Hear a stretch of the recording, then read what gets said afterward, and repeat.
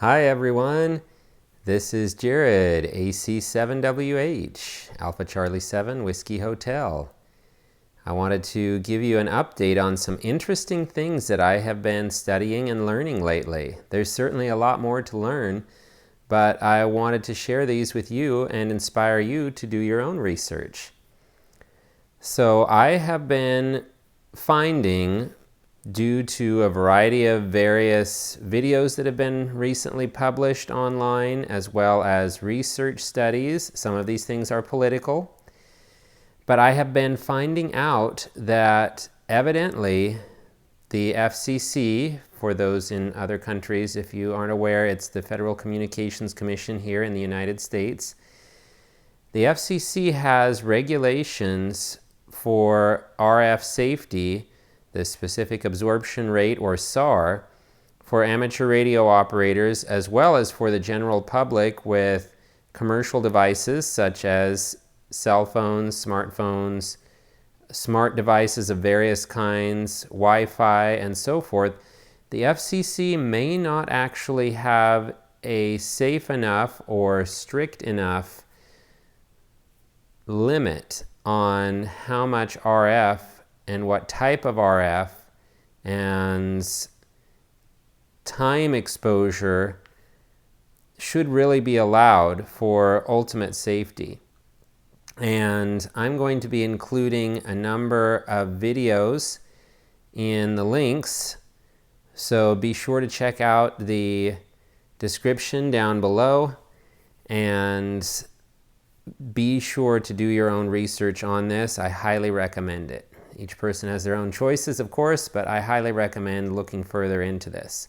Be aware there are some videos and articles and even books out there that go too far. I would say it's pretty easy to tell that they go too far in the opposite direction, to where it involves being overly paranoid to almost anything electronic and making some assumptions that don't have logical, tested, verified results to support those claims.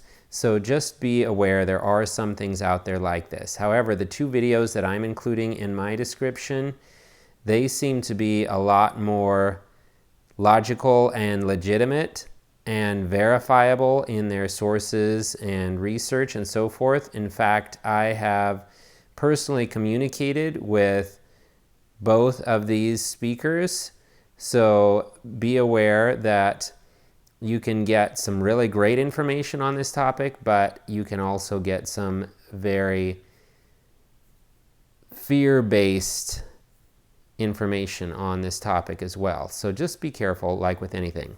Okay, so what topic is this? Well, obviously you saw the title of this video, I presume, but this is about what types of RF and power levels and modes and so forth should a ham radio operator use more of versus less of, specifically for the purposes of RF safety. Now, obviously, we ham radio operators can use a variety of frequencies and modes, from analog to digital, from the medium frequency all the way up through HF and VHF and UHF and beyond.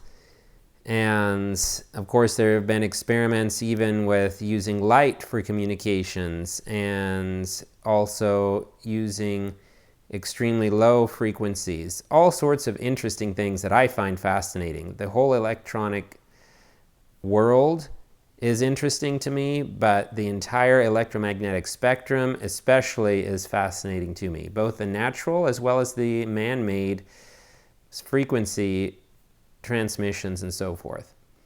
I could go on and on about how I'm fascinated by even the radio frequencies that are emitted by the sun and the planet Jupiter and so forth. It's very fascinating to me. I've always enjoyed science for about as long as I can remember. But let's cut to this topic. So I have found one key thing, and that is digital communications evidently are much more harmful to the human DNA, human cells, human organs, such as the brain and other vital organs, and the overall well-being of the human body, and for that matter, other things like animals, and I've even heard that plants can be affected, so there's a lot about that I don't know. However, focusing on the human environment, digital communications tend to be much less natural and, related to that point, much more harmful to the human body or various parts of the human body. So that's number one. Number two is when we are thinking about the types of frequencies that we use, rather the specific wavelength that we are using as amateur radio operators, I advise being extra cautious on anything that would resonate with the human body. Now, that's not new. The FCC and other sources have talked about this sort of thing for many decades, but as you will see if you check out the videos I included in the description, it's not just about the original tests that were done decades ago to check for RF heating of tissue, for example, but how do these frequencies interact with DNA and cell division and brain waves and other electrical and chemical processes within the body? How do these transmissions affect us? So if we think about what frequencies that ham radio operators use also resonate with the human body as a whole or individual parts, that can help determine what frequencies might be safer versus less safe. Now, with that, the FCC, along with the ARRL, have published a lot of very helpful resources that can be a baseline guideline, but again, I would like things to be much more strict and safe. Not that I want to restrict myself or any other ham radio operator, but I have seen enough evidence through the research I've been doing to be pretty well convinced that there is some truth to the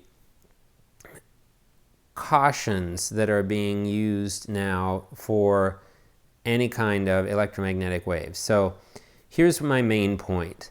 My main point is I think that if somebody is using high power, as I do, with my high power amplifier here, even though I only use normally about 800 watts, not the full 1,000 watts that is capable of, and a lot of my time is just spent listening, like with many other ham radio operators, we're listening for CQ calls and listening for those distant DX stations and so forth. A lot of time is listening, not just transmitting nonstop. However, again, that goes back to my discussion about digital. If you're going through digital nonstop, you have to be extra aware of what sort of health effects can be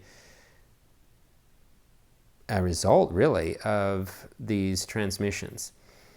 Okay, so with that, I have laid out my own foundation here. This is for me personally. I'm not saying everybody should do this, but I do recommend doing your own research, and this may help you find something that maybe you wouldn't have noticed or been aware of otherwise.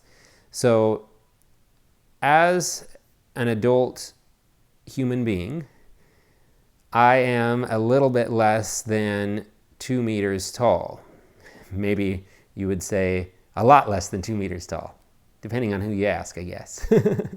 So anyhow, 2 meters for those in the United States, you probably know that is a little over 6 feet. Well, I am less than 6 feet tall by multiple inches. But with that, if we round off and we say, for ease of calculation, if we say an average adult human being is approximately 2 meters tall, give or take, then we can start thinking about ourselves as an antenna. Many of you have probably heard of the fact that essentially any wire can function as an antenna, whether you want it to or not. Your stereo system has multiple wires, and those can function as an antenna and pick up RFI, and that unwanted interference can make its way into your speakers.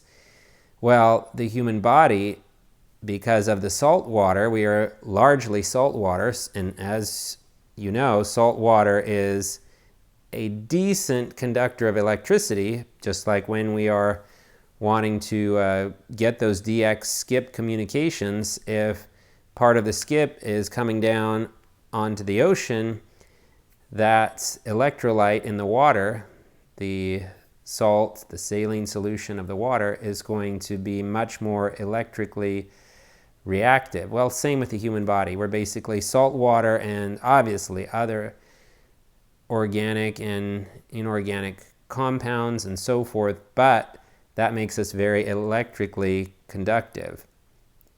And that's why so many medical devices can learn of the health of a human body by those electrical signals, EKGs and all sorts of brain wave monitors and so forth. Okay, so with that, I was thinking about, okay, if I were an antenna, what resonant frequencies would I match up with? Well, if we think of the very, very common quarter wavelength antenna, well, if I am a little less than 2 meters tall, let's say 2 meters for ease of calculation, well, that times 4 would be 8 meters. So that means I would resonate with something that would be as long of a wavelength as 8 meters approximately, and then I would be that quarter wavelength antenna. However, just because something isn't a quarter wavelength does not mean it will not pick up any RF. There are plenty of circuits that we have experienced RFI from as ham radio operators that have electronic parts or wires that are much smaller than the wavelengths that we are trying to pick up. Think about the AM broadcast band, for example. Very long wavelengths for especially the lowest frequencies of the AM broadcast band, but a short wire can pick up those AM broadcasts quite easily. Now, of course, the circuitry in the radios are going to be amplifying those tiny little signals, which may or may not have any significant harmful effect on the human body, but it's something to be aware of. So, to add that extra buffer, and because I believe there is some science and experimentation and results, evidence to back this up, I would say a safe wavelength to be aware of, at least for awareness, would be 1/8 wave. What am I talking about here? In other words, if I am a little less than 2 meters tall, then if I take that 2 meters and multiply it by 8, what do I come up with? I come up with 16 meters. So that means if I am transmitting at a frequency that's similar to 16 meters, well, what's the closest that we amateur radio operators use for that? 17 meters. That would be essentially the cutoff for the highest frequency or shortest wavelength that we could use without, in some way or another, significantly resonating our human bodies with that frequency. Now, this may sound like I'm rambling a lot, and I'm sure there are many people out there who could articulate this better than I am. These are just some thoughts that I've had over the past week or so, so they're still a little bit disconnected, so thank you for bearing with me.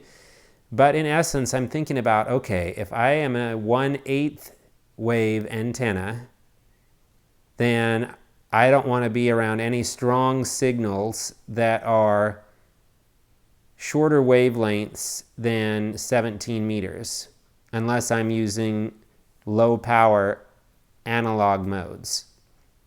That's my personal preference. In contrast, if I were to use something much higher than that, like let's say the 70 centimeter band, 70 centimeters, there are multiple parts of the body that would be within 70 centimeters in length. And then if you think about, well, what about a half wave resonance to that? What about a quarter wave resonance to that? What about an eighth wave resonance to that? It may be an inefficient resonance, but a resonance nonetheless. What parts of the body might resonate with that? I mean, you can think of anything from brain to eyes to ears, you name it.